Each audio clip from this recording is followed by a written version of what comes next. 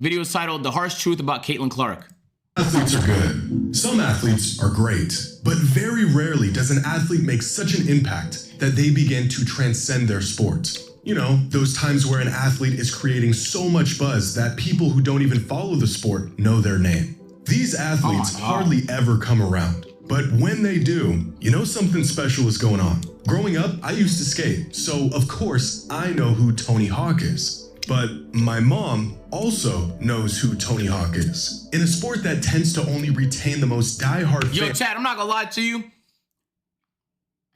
Usain Bolt was so incredible that he became a household name. And it also helped that his name sounds like he was destined to be the fastest man of all time. Ask the average person to name any golfer, and they'll instantly say Tiger Woods, followed by no one else. There are very few athletes that reach this level of popularity, where they almost single-handedly lift their sport to new heights. And right now, women's basketball is home to an athlete that may just be next in line to be one of these transcendent athletes.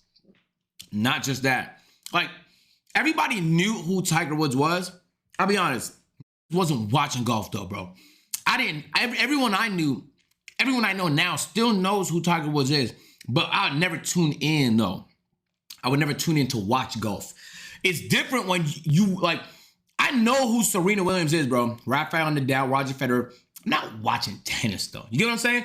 So it's different when you know the person and everyone is watching because of that person. That's like a different tier. Now, I'm not saying she's better than Tiger or, all these greats and nothing like that.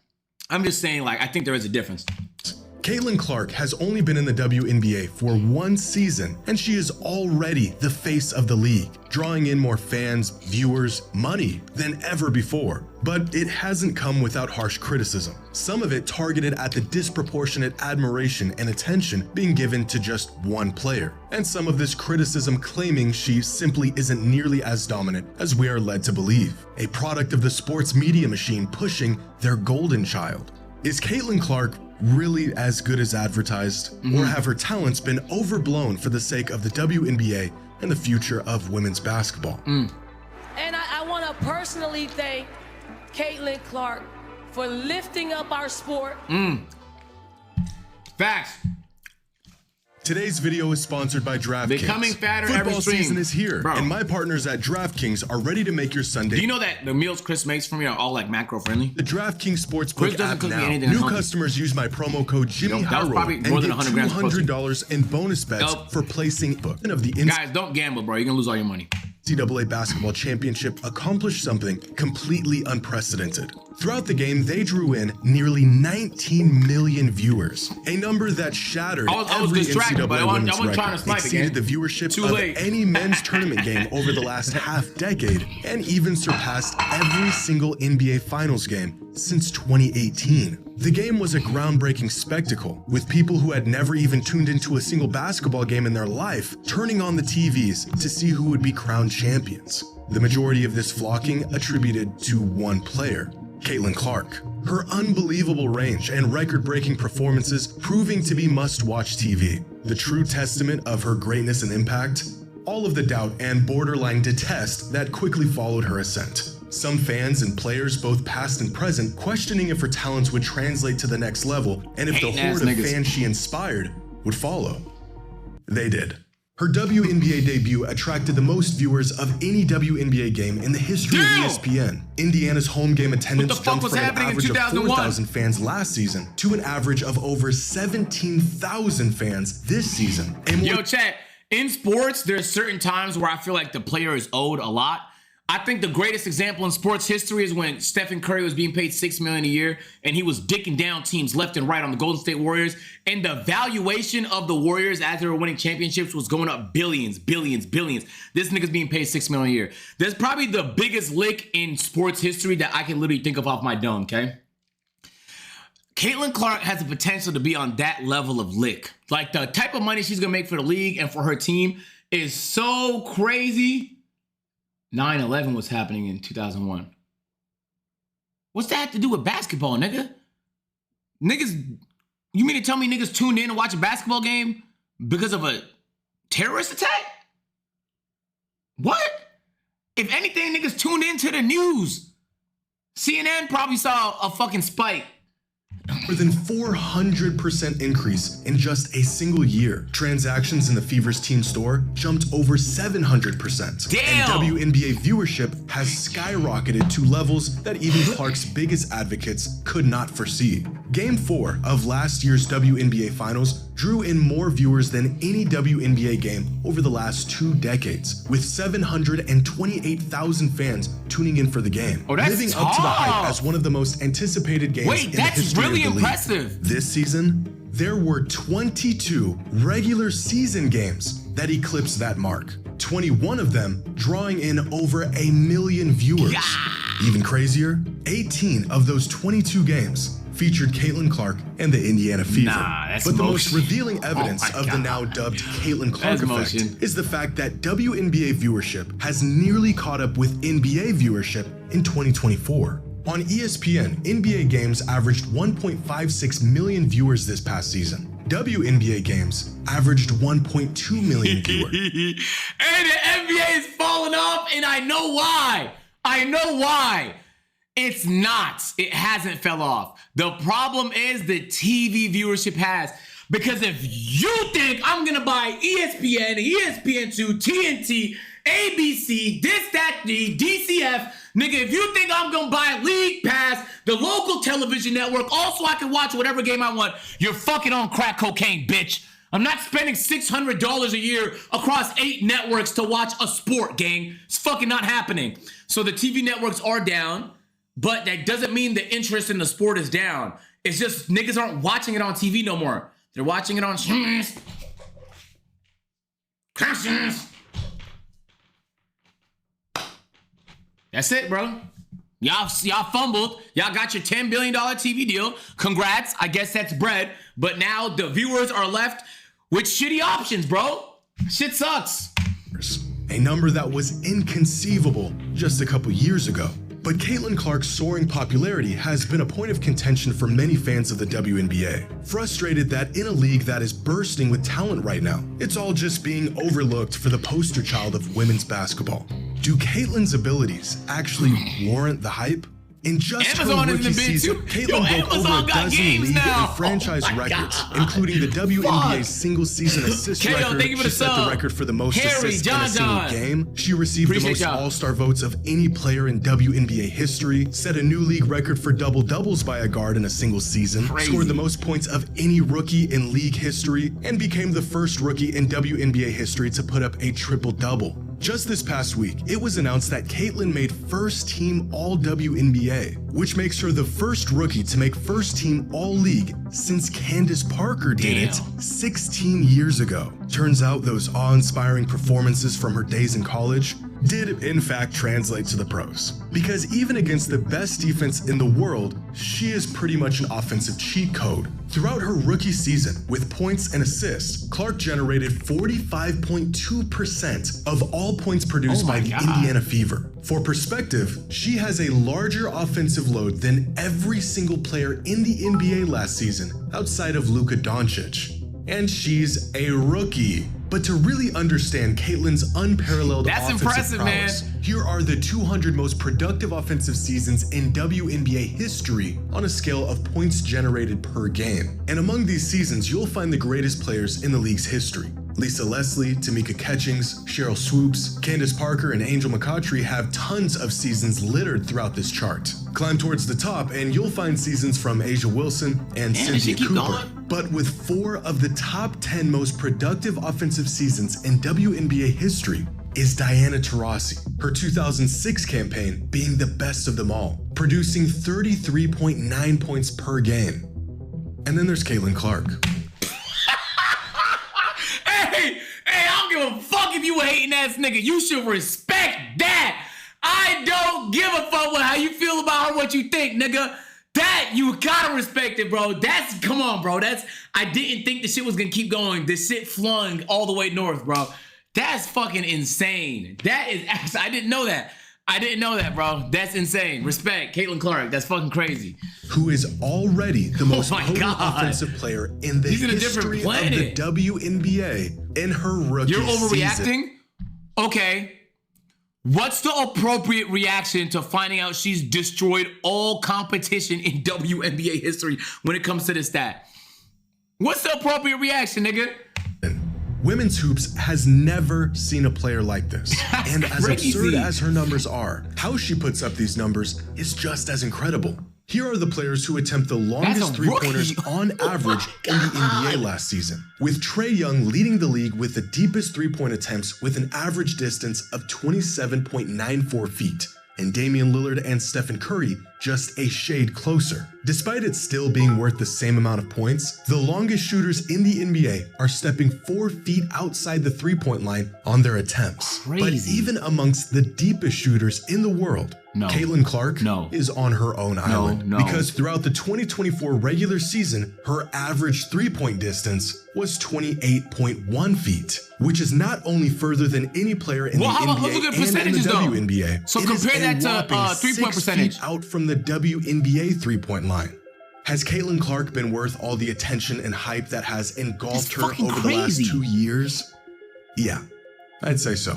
She didn't just have a successful rookie season. She had one of the best rookie seasons in recent basketball history. And this isn't just to her benefit, but the benefit of the entire WNBA. Because the seismic boost in the WNBA's popularity this season is not limited to those turning on the games to see what she'll do next. It can also be found in the fans actually showing up to the games. Looking at a chart of the average attendance of WNBA games since the inception of the league in 1997 will tell you a story of a league that has seen their fair share of good days and bad ones. In 1997, there were only 8 WNBA teams, all with really healthy attendance numbers due to the excitement of a new women's league. The league quickly expanded to 16 teams with a handful of teams emerging as fan favorites, like the Washington Mystics, the Phoenix Mercury, I'm still pissed as a guy that bought a Sparks. WNBA team for $2 million and this shit fucking 70x.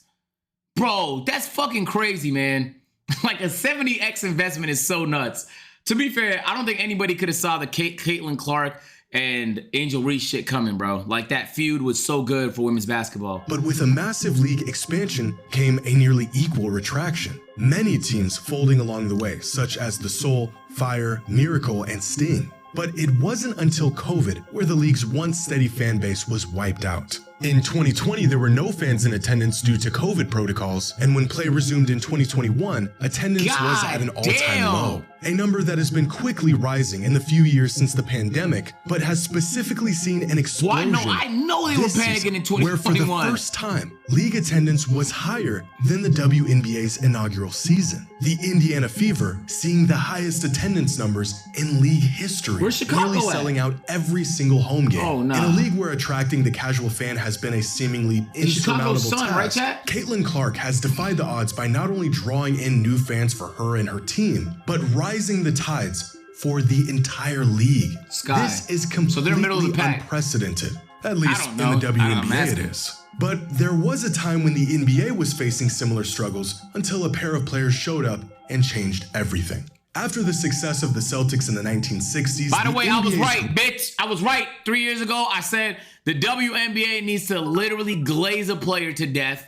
They need to create a superstar. They need a star. You can't, like, every sport needs a star. Every league needs a star. And when the thing is, the league lives and dies by the star, but you got to go with the ebbs and flows. You need some success, gang. And Caitlin Clark came at it. I was right. Oh my God, man. Growth and popularity had come to a grinding halt in the 70s. That's going down in the books as one of my best takes. An emerging rival league known as the ABA. The reason why I say that, because it was a lot of dumbass niggas saying all they got to do is lower the nets. I swear to God, it was people were saying this. I'm not making this up. A lot of people said maybe they need to lower the nets. Maybe they got to make the game easier. They're women. Bro, they're stupid. Like, hella people watch Serena Williams play. Realistically, a man is going to be playing better tennis than Serena Williams. Like, at the highest level, Nadal will crush Serena. I don't give a fuck, gang. I want to watch Serena play. So you got to create those stars. It doesn't matter. Bro, niggas watch high school basketball. Millions of people watch high school basketball, bro. Feel me? I just found out Michigan has a 108,000 facility, bro. 108,000 people could fill into a goddamn arena and watch college people play. It's just not about the level of play, bro. You have to create stars, and the stars will convert people into lifelong fans, man. And once you get those and you keep doing that, eventually it just fucking, picking up steam, and the NBA didn't really have a face is to it called propel the the Big league House? into Is that the what it's next called? decade. In Michigan? Jerry West was on his Fucking way nuts, out. man. Kareem was incredible, but he didn't really have the personality House. or I like charm that. that fans gravitate towards. Bill Walton's prime was cut short due to injuries, and many fans felt Julius Erving's introduction to the league after leaving the ABA in 1976 was a bit short of what was advertised. Many games were lucky to see even half capacity in attendance. Many teams were losing money. The NBA had fallen to a, quote, second-tier sport behind the NFL, MLB, and NHL. Wow. All of this culminating to the point where some networks infamously had NBA Finals games on tape delay in the late 70s due to low ratings. Wow. The league was in desperate need of a generational, transcendent superstar. Lucky for them, they got two. Coming off the most popular rivalry in the history of college basketball, Larry Bird and Magic Johnson propelled the league to new heights in the 80s, I guess that makes sense. transforming the NBA from a second-rate league into a behemoth of sports and entertainment. A tandem that many longtime NBA fans say saved. Magic and Larry were a bigger, more like, they helped the ratings more than Michael? Really? The NBA. Now, this That's isn't to say Caitlyn is the second coming of two of the greatest, most important figures in the history of basketball. But her impact on the sport at such an early stage in her career has reached a level reminiscent of some of the most influential athletes of all time relative to their sport. Because her popularity hasn't just affected her, it has had a cascading effect on players across the entire WNBA. Clark has essentially become the gateway to NBA fandom for many people. They come to witness the phenomenon that she is and end up staying. To create a generational player like LeBron James, Michael Jordan, you actually have to have a sensational rookie season. You have to. You can't start slow. Because, Giannis started slow. Giannis is not LeBron. He doesn't pull LeBron viewership. People don't care about Giannis the way they care about LeBron, the way they care about Michael. So, how do I say this? If you don't come in with a bang, you won't be that nigga for the decade. You know what I'm saying? That's not obvious. Actually. Because you might think if they get so talented, like Jokic is so talented, but Jokic didn't come in with a bang. I'm not gonna lie. I can go outside and ask niggas if they know who Jokic is. A lot of niggas not gonna know who Jokic is. Everybody know LeBron, bro. Everybody. Curry's not, how do I explain it? Curry's close. I get what y'all saying. But when Curry retires, there won't be there's not going to be a seismic downfall in the league. The way it was with Michael and it will probably be with LeBron James. And I can't even, those are the only two I can even think about. When Jordan left, things low-key fell apart. But then luckily they had a crazy draft. I think it was 03 draft, right? And fucking Wade, Carmelo, LeBron. I don't even think Kobe, if you look at the numbers, I don't even think Kobe's retiring had a seismic downfall on the league. Michael, literally, shit fell apart when that nigga retired. You get what I'm saying? And I'm a Kobe Glazer, so it take a lot for me to say that.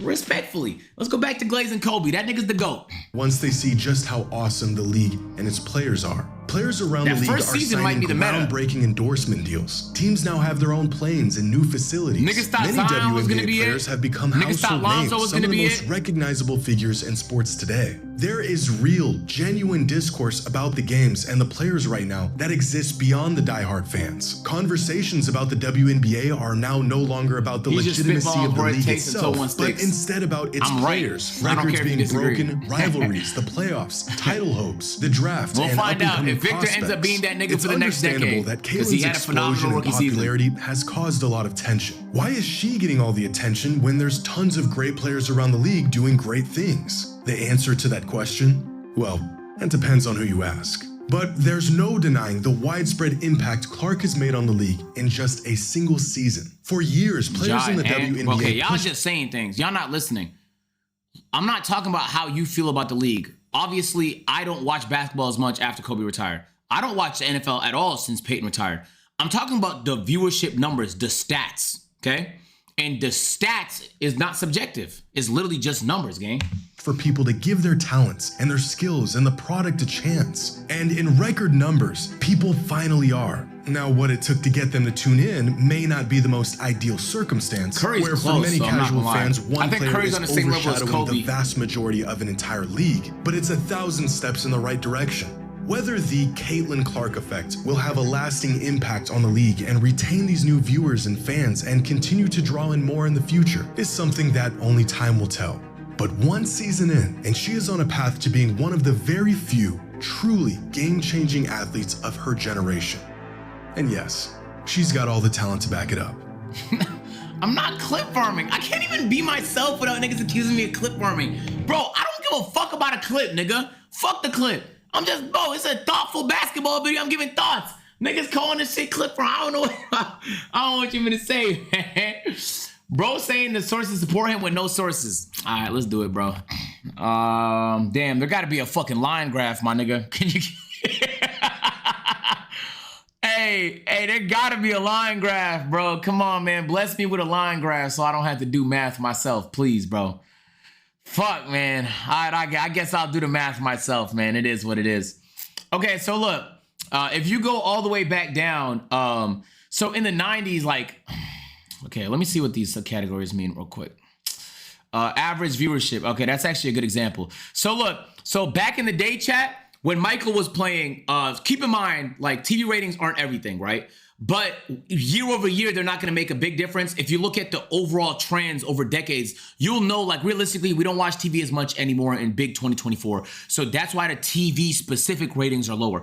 People watch in other places too. But so don't look at that. Like, compare it to the year before and the year after it, okay? And if you take a look at the numbers we were seeing during the 90s, it was like there was a huge peak in interest in the 80s, right? Jordan was drafted in 84, I believe. And he had a phenomenal rookie season, bro. Phenomenal rookie season. And things took off. Like, there's stars that people care about in the league, from the Kareems to the Magics to the Jordans. And things keep growing and growing and growing. I'm telling you, the star method is peaked until it peaked in 98. You feel me? And it was a huge fall off. Okay? And I believe he retired. When did Michael Jordan retire? I think he retired in like 04 or some shit like that. But, like, you could see the seismic downfall when the stars that people grew up watching retired. Some people retired watching with them. And if you ask your parents that watched basketball growing up, if they did, they might tell you, like, yeah, I used to watch all the time when Michael played, or when Larry played, or when whoever the fuck played from that era. And it's never recovered. Now, then LeBron, like, the LeBron era started peaking right here. You feel me? This is 08, 09, 10. This is when Kobe was going ballistics versus the Celtics, winning championships and things of that nature. And then 11, I think, was the Mavs. Yep, right here, Mavs. And this is when the Mavs over... Y'all niggas saying I'm yapping, but y'all arguing with me now, spitting facts.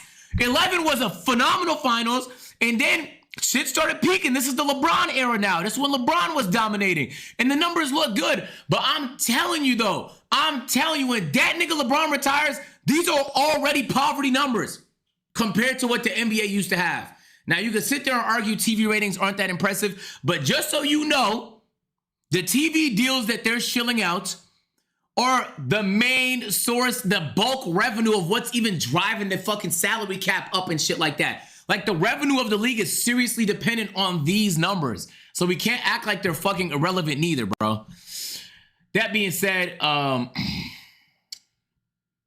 yeah, bro. I think if you have a great first game, a great first game too, but first season, and you really consistently develop, bro, and become a superstar, you can low-key carry that league and be that torch. My yap session's over. I just want to get that across. Because I know y'all niggas be like, I think y'all disagree with me for no fucking reason, bro. Because I feel like I'm not saying no crazy shit. I'm not even talking about feelings. I'm just talking about, like, numbers-wise. So you said there was no numbers supporting what I said. There's been a fall off. And it's already bad right now. When that nigga LeBron retires, yo, chat, fuck the numbers. When LeBron gets eliminated from the playoffs, do hella niggas not tune out? Tell me. When that nigga LeBron when he gets eliminated, do hella niggas not tune out? No cap, half of my friends that watch basketball tune out when that nigga LeBron gets packed up from the playoffs. That is empirical, right? That's just people I know. But the numbers support it, though. That's what I'm trying to say. I can't. Well, when LeBron retires, then this shit might say 2 million. This shit might. I don't know what the fuck. I don't know what they're gonna do. Victor came at the perfect time because I don't know what them niggas gonna do when LeBron retires. And I know it sounds like dick suck, but I swear we don't get a player like that maybe once every 20 years, every 15 years. And LeBron's been that player for the past 10, 15, bro. That has just been carrying the league, okay? And Caitlin Clark is currently doing that right now in the WNBA. Oh, so you like the video? Boom. You're gonna like that one too, man. Go ahead, just. Bro, click the video. What the? Bro, that's what I be saying. Like.